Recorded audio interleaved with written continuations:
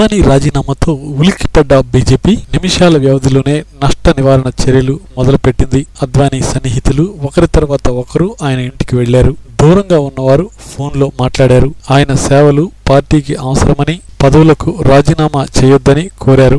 ఆ ఒక్కటే అడక్కు అన్నట్లు మోడీ పదవి విషయంలో మాత్రం వెనక్కి తగ్గేది లేదని బీజేపీ స్పష్టంగా ప్రకటించింది. అయినా అద్వానీ వెనక్కి తగ్గారు. పార్లమెంటరీ బోర్డు సూచనను పాటిస్తానని అద్వానీ చెప్పినట్లు రాజ్నాథ్ సింగ్ ప్రకటించారు. అయితే అద్వానీ మీడియా ముందుకు రాలేదు. బీజేపీ అధ్యక్షుడు రాజ్నాథ్ సింగ్ అద్వానీ రాజీనామాను తిరస్కరించినట్లు ప్రకటించారు. అటు సుష్మా స్వరాజ్ కూడా అద్వానీకి నచ్చచెప్పారు. ఉమాభారతి, వెంకయ్య నాయుడు అందరూ అద్వానీని కలిసి చర్చించారు. వివాదానికి మూలకారకుడు మోడీ కూడా అద్వానీతో మాట్లాడినట్లు ట్విట్టర్ లో పోస్ట్ చేశారు. చివరికి ఆర్ఎస్ఎస్ చీఫ్ మోహన్ భగవత్ అద్వానీ ఇంటికి వెళ్లి ఆయనతో సుదీర్ఘంగా చర్చించారు. ఆర్ఎస్ఎస్ చీఫ్ తో అద్వానీ ప్రధానంగా మోడీ ప్రధాని అభ్యర్థిత్వం మీదే చర్చించినట్లు తెలుస్తుంది. మోడీ ఎన్నికల ప్రచార కమిటీ చైర్మన్ మాత్రమేనని, ప్రధాని అభ్యర్థిగా ఇంకా నిర్ణయించలేదని, పార్టీలో వివరంగా చర్చించాకే దాని మీద నిర్ణయం తీసుకుంటామని మోహన్ భగవత్ చెప్పినట్లు తెలుస్తోంది. అద్వానీ లేవనెత్తిన అంశాలను పార్టీలో చర్చిస్తామని, పార్లమెంటరీ బోర్డు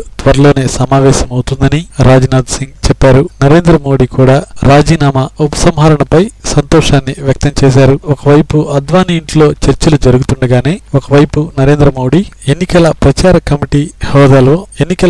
కమిటీ చైర్మన్ హోదాలో ఒక నినాదం కూడా ఇచ్చేశారు.